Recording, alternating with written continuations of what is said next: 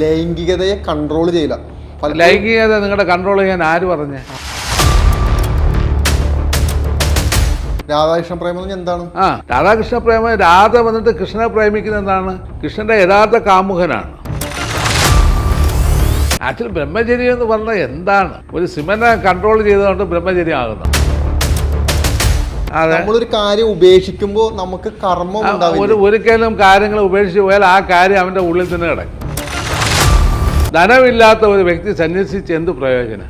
അവൻ ധനം ഉണ്ടാവും ഇല്ലാതെ ഒരുപോലെ തന്നെ സന്യസിക്കുന്നത് ഒരുപോലെയാണ്. നമ്മുടെ സൃഷ്ടിയുടെ ഭാഗമാവാന്ന് പറയുന്നത് എപ്പോഴും പഠിപ്പിക്കുന്ന കാര്യമല്ലേ? ഞാൻ ചോദിക്കട്ടെ, ഞാനിവിടെ ഒന്നും ചെയ്തില്ലെങ്കിലും ചെയ്യാനുള്ള ആൾക്കാർ ഇവിടെ ഇഷ്ടം പോലെ ഉണ്ട്, അവർ നടത്തിക്കൊള്ളും. അപ്പോൾ നമ്മളിപ്പോൾ കാണുന്ന പല സന്യാസിമാരും യോഗിമാരും ഇത്തരത്തിലുള്ള പല കാര്യങ്ങളും ഉപേക്ഷിച്ച് പോയവരല്ലേ? നമ്മളൊരു കാര്യം ഉപേക്ഷിക്കുമ്പോൾ നമുക്ക് കർമ്മം ഉണ്ടാവില്ല. ഒരിക്കലും കാര്യങ്ങൾ ഉപേക്ഷിച്ച് പോയാൽ ആ കാര്യം അവൻ്റെ ഉള്ളിൽ തന്നെ കിടക്കും, ഉപേക്ഷിക്കാൻ സാധിക്കില്ല. നിങ്ങളുടെ ഏത് രീതിയിൽ കാരണം ഇതിന് വിരഹൻ എന്ന് പറയും, വിരക്തി എന്ന് പറയും. ഈ വിരക്തിയിൽ കൂടി നിങ്ങൾക്ക് ദൈവത്തിന് അടയാന്ന് വിചാരിച്ചാൽ ഒരിക്കലും സാധിക്കില്ല. അല്ലെങ്കിൽ ആത്മസാക്ഷാത്കാരം നേടാമെന്ന് പറഞ്ഞാൽ സാധിക്കുകയില്ല. കാരണം ഇപ്പോൾ നിങ്ങൾക്ക് ധനമില്ല. ധനമില്ലാത്ത ഒരു വ്യക്തി സന്യസിച്ച് എന്ത് പ്രയോജനം? അവൻ ധനം ഉണ്ടാവും ഇല്ലാതെ ഒരുപോലെ തന്നെ സന്യസിക്കുന്നത് ഒരുപോലെയാണ്. ഇപ്പോൾ രണ്ടും വന്നിട്ട് ഈക്വലാണല്ല. പിന്നെ അവൻ സന്യാസത്തിനടുത്ത് എന്ത് പ്രയോജനം? ഒന്നുമില്ല. ഒരു കോടീശ്വരൻ സന്യസിക്കുകയാണെങ്കിൽ ഓക്കെ, കാരണം അവൻ എല്ലാം കളഞ്ഞ്, കാരണം അവൻ ഇതെല്ലാം മനസ്സിലാക്കി, ഇതെല്ലാം ഒന്നുമില്ല, ഞാനിത് സന്യസിക്കുന്നു, ഓക്കെ, അവന് നല്ലതാണ്. കാരണം അവൻ തിരിച്ച് ആ ഭാഗത്തിലേക്ക് നോക്കില്ല. ഒരു ദരിദ്രവാസി സന്യാസിച്ചാൽ എന്തായിരിക്കും? പണം കിട്ടുകഴിഞ്ഞാൽ അവൻ പാകത്തിലിടാൻ തന്നെ നോക്കും. അപ്പോൾ അവൻ്റെ സന്യാസം എവിടെ പോയി? അതുകൊണ്ട് സന്യാസം എന്ന് പറയുന്നത് ഒരു വിരക്തനായി പോയി സന്യസിക്കുന്നത് കൊണ്ട് ഒരർത്ഥവുമില്ല. ഭാര്യയെ പേടിച്ച് സന്യസിക്കാൻ പോയി വേറെ ഒരു സ്ത്രീയെ കിട്ടും, അത്രയേ ഉള്ളൂ. ലാഹിരി മഹാശയൻ വിവാഹം കഴിച്ചിട്ടുണ്ടായിരുന്നു, കുഞ്ഞുങ്ങളായിട്ടാണ് ജീവിച്ചതും. അദ്ദേഹം അത് അറ്റൻഡ് ചെയ്തതും അങ്ങനെ തന്നെയാണ്. യുക്തേശ്വരഗിരിക്കും ഉണ്ടായിരുന്നു.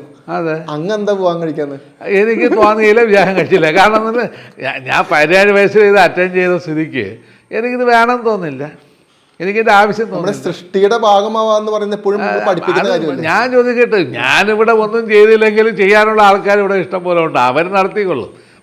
ഇവിടെ എന്തിനാണ് വന്നത്?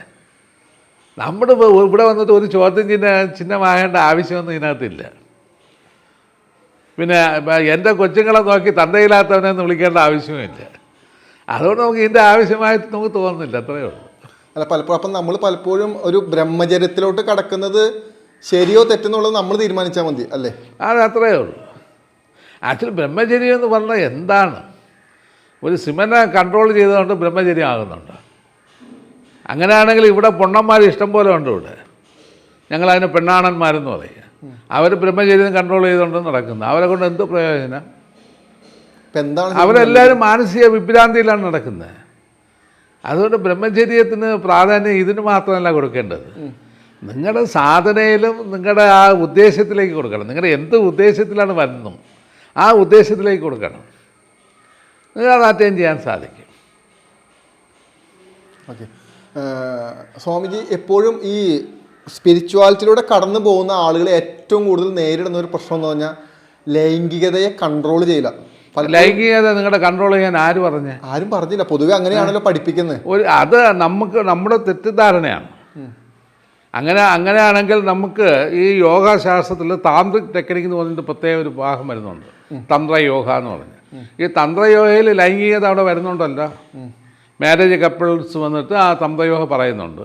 അപ്പം അങ്ങനെയാണെങ്കിൽ ഇവിടെ കാണുന്ന വലിയൊരു സാധന പ്രക്രിയ തന്നെ ഈ ലെവലിൽ വരേണ്ട ആവശ്യമുണ്ട്. അതിന് ഉദാഹരണം വിജ്ഞാന ഭൈരവ തന്ത്രയിലെടുക്കുക. ആ വിജ്ഞാന ഭൈരവ തന്ത്രയിൽ പാർവതിക്ക് ഉപദേശിക്കുന്ന ഒരു ഭാഗമുണ്ട്. അത് നമ്മൾ തമിഴ് പറയുന്നത് വന്നത് പിന്നെ കട്ടിൽ യോഗം എന്ന് പറയും. ഭാര്യയും ഭർത്താവും വന്നിട്ട് കൂടി ചേർന്നിരിക്കുന്ന ഒരു യോഗ ടെക്നിക്സ് ഉണ്ട്. അതിൽ കൂടി നമുക്ക് സെൽഫ് റിയലൈസേഷൻ അറ്റൈൻ ചെയ്യാമെന്ന് അവിടെ ശിവൻ പഠിപ്പിക്കുന്നുണ്ട്. അത് വിജ്ഞാന ഭൈരവയിലുണ്ട്, തിരുമൂലൻ്റെ തിരുമന്ത്രത്തിലുണ്ട്.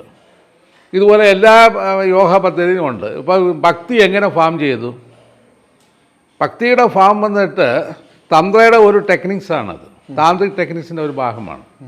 കാരണം നമ്മ ഈശ്വരനെ വന്ന് അവിടെ ഭർത്താവായിട്ടോ പിന്നെ ഭാര്യയായിട്ടോ അതുപോലെ പിന്നെ മറ്റുള്ള വിഹാരങ്ങളിലേക്ക് കൊണ്ടുവന്ന് ആ വിഹാരത്തിനെ എക്സ്പാൻഷൻ ചെയ്യലാണ് ഭക്തിയോഗത്തിലേക്ക് വരുന്നത്.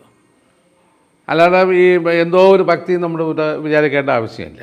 ഇപ്പോൾ ഒരു ഉദാഹരണം രാധാകൃഷ്ണ പ്രേമം. അപ്പോൾ രാധാകൃഷ്ണ പ്രേമം എന്നത് ഒരു നാലാംകട സെക്സ് അല്ല. അത് സെക്സ് ഉണ്ടോ ഇല്ലയോ അതിൻ്റെ ആവശ്യം അവിടെ ഇല്ല. രാധാകൃഷ്ണ പ്രേമം എന്താണ്? രാധാകൃഷ്ണ പ്രേമം, രാധ വന്നിട്ട് കൃഷ്ണനെ പ്രേമിക്കുന്നത് എന്താണ്? കൃഷ്ണൻ്റെ യഥാർത്ഥ കാമുകനാണ്. കാമുകനെ വന്നിട്ട് ഒരു സെക്സിൽ കൂടി നിങ്ങളുടെ അറ്റൻഡ് ചെയ്യേണ്ട ആവശ്യമില്ല. നിങ്ങളുടെ ഭാവനയിൽ കൂടി തന്നെ നിങ്ങൾക്ക് അത് അറ്റൻഡ് ചെയ്യാൻ സാധിക്കും. അതിനാണ് രാധാബന്ധം വൃന്ദാവനത്തിലാണ് ഉണ്ടായിരുന്നത്. കൃഷ്ണനാണെങ്കിൽ ദ്വാരകയിലുമായിരുന്നു. മധുര കഴിഞ്ഞ് ദ്വാരകയിൽ പോയി.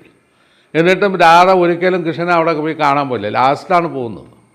എന്നാൽ അവരുടെ വിരഹവേദന, ആ വിരഹത്തിൻ്റെ എക്സ്പാൻഷൻ നിങ്ങൾക്ക് അറ്റൻഡ് ചെയ്യാൻ ഒന്നും സാധിക്കും. അത് അപ്പം നമ്മിൽ നിന്ന് ഒരു വ്യക്തി ഒരിക്കലും പിരിയുന്നില്ല, നമ്മുടെ കൂടെ എപ്പോഴും ഉണ്ടായിരിക്കും.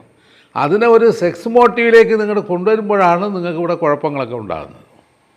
അത് സെക്സ് മോട്ടീവ് അല്ലാതെ നിങ്ങളുടെ ആ ഒരു പ്രേമത്തിലേക്ക് നിങ്ങൾ കൊണ്ടുപോകാൻ നിങ്ങൾക്ക് തീർച്ചയായും ഇത് അറ്റൻഡ് ചെയ്യാൻ സാധിക്കും. അല്ലാതെ വേറെ ഒന്നും സംഭവിക്കുന്നില്ല. ഇപ്പോൾ ഒരു ഉദാഹരണം, ഒരു അമ്മ തന്നെ ഇരിക്കുന്നു.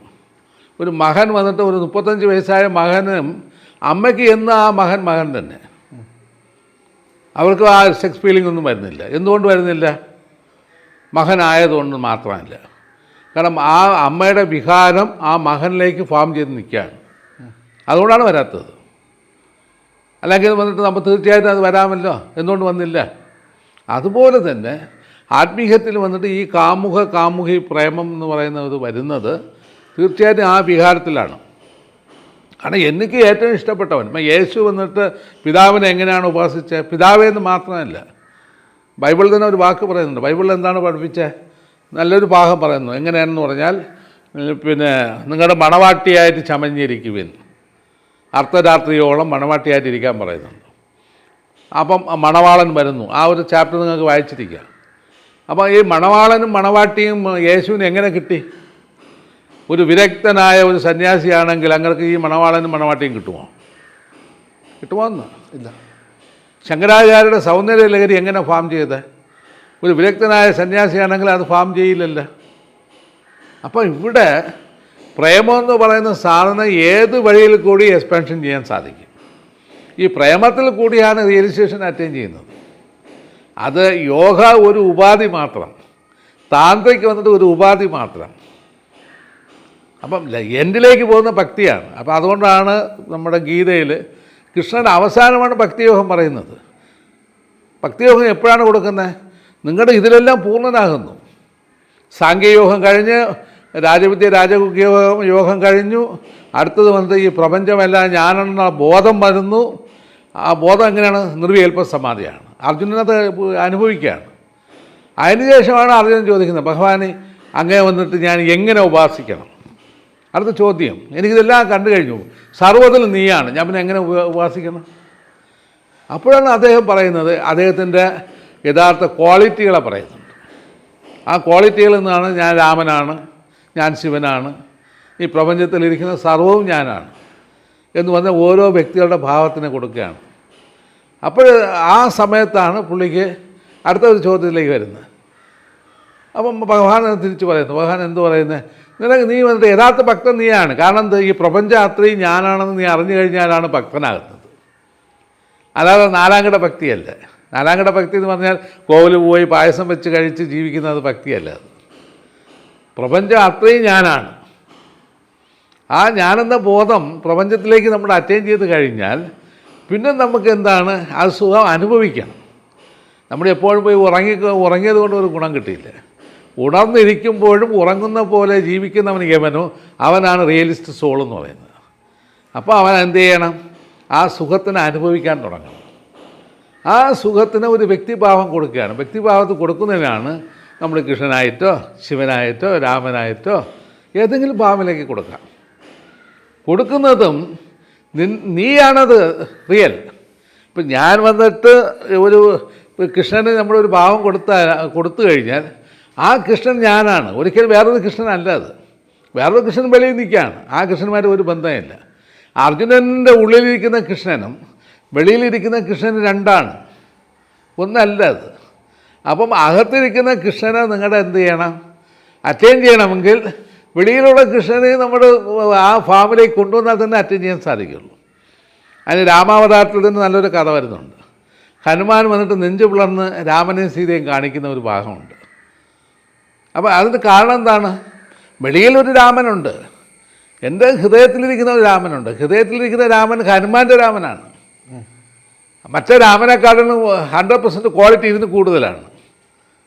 അപ്പം ഞാൻ നിങ്ങളെ ഉപാസിക്കുകയാണെങ്കിൽ നിങ്ങളെക്കാളും കൂടുതൽ ക്വാളിറ്റി എൻ്റെ ഉള്ളിലിരിക്കുന്ന നിങ്ങൾക്കായിരിക്കും. അപ്പോൾ നിങ്ങൾ ഞാൻ വ്യത്യാസമാണ്, എൻ്റെ ഉള്ളിലിരിക്കുന്ന നിങ്ങളുടെ വ്യത്യാസമായ നിങ്ങളാണ്. കാരണം യുദ്ധം ചെയ്യാൻ വരുന്നു, രാമൻ തന്നെ യുദ്ധം ചെയ്യുന്നുണ്ട് ഹനുമാനെ. അപ്പം അവിടെ ഹനുമാൻ്റെ ഈ ദേഹത്ത് വിടുന്ന അമ്പെല്ലാം പൂമാലയായിട്ട് മാറുകയാണ്. അപ്പോഴും അദ്ദേഹം കാണിച്ചു കൊടുക്കുന്നു, നിൻ്റെ രാമൻ എവിടെ ഇരിക്കുന്നു? രാമൻ ചോദിക്കുകയാണ്. ഉടനെ പിളർന്ന് കാണിക്കുന്നുണ്ട്. അപ്പോൾ ആ രാമനെക്കാട്ടിലും ഹയസ്റ്റ് പവർ എൻ്റെ ഈ ഉള്ളിലിരിക്കുന്ന രാമനുണ്ട്. ആ രാമൻ്റെ പേരാണ് ഹൃത്കമല രാമൻ എന്ന് പറയുന്നത്. തൻ്റെ ഹൃദയത്തിലിരിക്കുന്ന ആത്മാഭിരാമനാണ്. ഈ ആത്മാവിനെ ഏത് ഫാമിലുമാണെങ്കിലും നിങ്ങൾക്ക് അറ്റൻഡ് ചെയ്യാൻ സാധിക്കും. അതിന് ഏറ്റവും എളുപ്പമായ വഴി പ്രേമമാണ്, വേറെ ഒന്നുമില്ല.